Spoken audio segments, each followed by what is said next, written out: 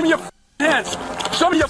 A silver SUV tears through an Atlanta neighborhood, swerving between cars, blasting through intersections, and inside, a 9-year-old boy is trapped, too scared to move. Police know they have minutes, maybe less, before this chase ends in tragedy. But what no one realizes yet is that this isn't just a car theft.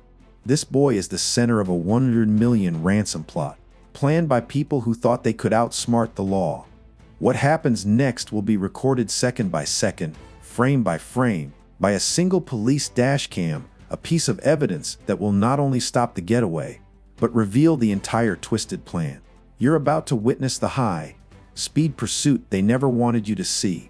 And the moment one split-second decision changed everything. It was the kind of moment that makes your stomach drop and your pulse slam into overdrive. On a warm Tuesday afternoon in the suburbs of Atlanta, a silver SUV appeared out of nowhere in a police officer's dashcam, weaving violently between lanes, speeding toward an intersection that could have been full of pedestrians. The voice on the radio was urgent, almost shaking. "All units, be advised. Child in the vehicle. Suspect armed. Pursuit in progress." The officer's knuckles tightened on the steering wheel. Ahead of him, somewhere in that speeding blur of metal, was a 9-year-old boy, terrified, trapped, and hurtling toward God knows what end. What the officer didn't know then was that this wasn't a random kidnapping.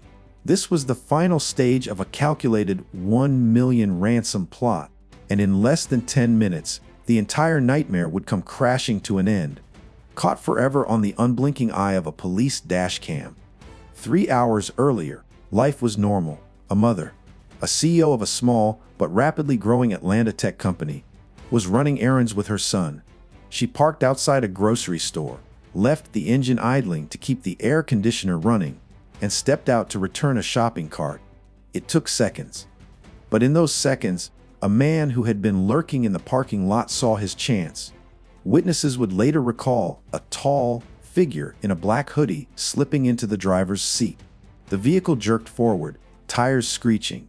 One passerby shouted that there was a child inside, but by the time anyone reacted, the SUV was already disappearing around the corner. The mother's scream cut through the parking lot like glass. She fumbled for her phone, her hands shaking so violently she could barely press 911. The initial call to dispatch was logged as a stolen vehicle. That classification lasted less than 30 seconds, until the operator heard the words, my son is inside?" Within minutes, the airwaves exploded with alerts. Silver SUV, last seen heading westbound. 9-year-old male passenger. Suspect considered dangerous. Every available unit pivoted to the hunt. But Atlanta is a sprawling city. Even with patrol cars flooding the streets, the odds of finding a single moving vehicle in time weren't great. That's when the mother remembered her son had been playing on her phone in the back seat. That phone, now in the hands of the kidnapper, was still broadcasting its location. She handed it to the nearest officer, who relayed the coordinates. On their in-car screens, a blinking dot appeared. The chase had a target. While patrol officers zeroed in on the suspect's path, detectives back at headquarters dug into the mother's background. What they found shifted the entire tone of the investigation. The woman wasn't just a random target. She was the founder of a tech start-up that had, just a month prior, secured a $1 million government contract.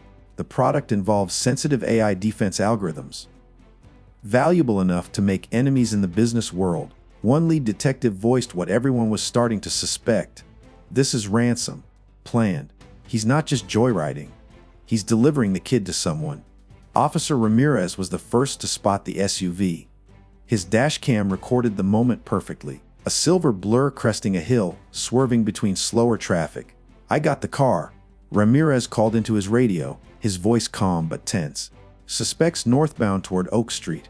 GSP is behind him."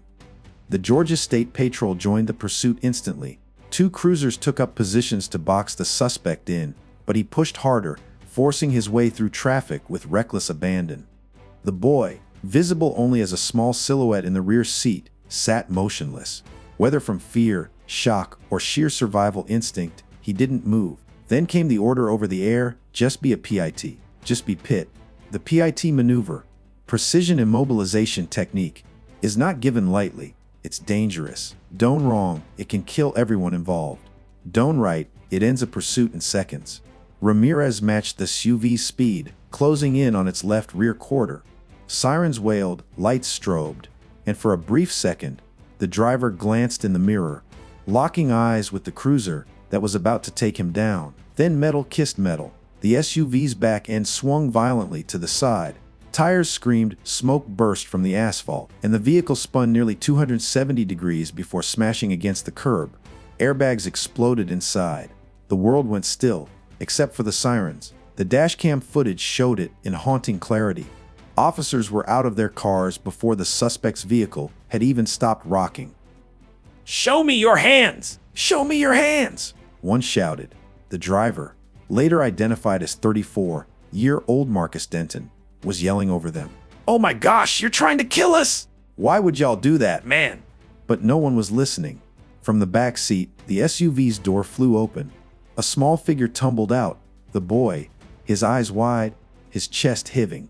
An officer scooped him into his arms and pulled him to safety, holding him against his vest and murmuring, "You're safe now.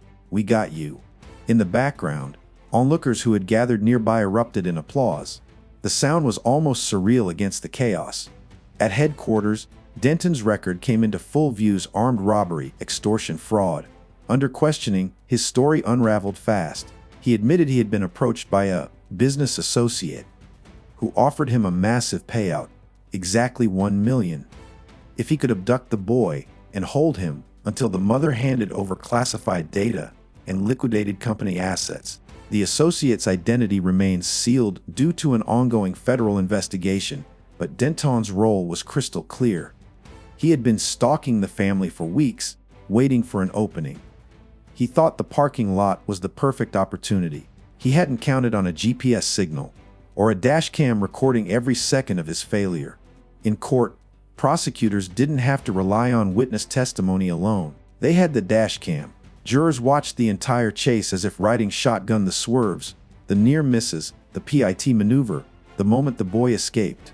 It was undeniable, raw, and damning. The defense tried to spin it as a misunderstanding, a car theft gone wrong. But when the jury saw Denton driving at 90 miles an hour with a child in the back seat, ignoring every order to stop, the narrative collapsed. Deliberations lasted under 2 hours. Denton was found guilty on all counts: kidnapping, aggravated assault, attempted extortion, and sentenced to life in prison without parole. For the boy and his mother, the road to recovery is ongoing. She has since sold her company and relocated. In interviews, she has said the sound of sirens still sends a chill down her spine. But so does the sight of a dashcam lens, because it reminds her of the moment her son was saved. Without that footage, she told reporters, "I don't know if justice would have been served. That camera didn't just see a crime, it saw my son's life being given back to me." The Atlanta Police Department now uses the case in training academies, showing new recruits how split-second decisions, teamwork, and technology can intersect to save lives. In less than an hour, a plot worth $1 million fell apart. One man lost his freedom forever. One boy got to go home. And one dashcam proved that sometimes the smallest lens can tell the biggest story. It's a reminder that crime can be calculated, well, funded, and planned down to the second. But it can still crumble in the face of fast thinking, coordinated action, and the unblinking eye of the truth. This script is Lee 500 words, suspenseful from the start, and rich in detail for audience immersion. If you want, I can now add a 10-second hook before the intro, the kind YouTube uses to grab attention before the title card, to make sure viewers don't click away. That hook could make retention even higher.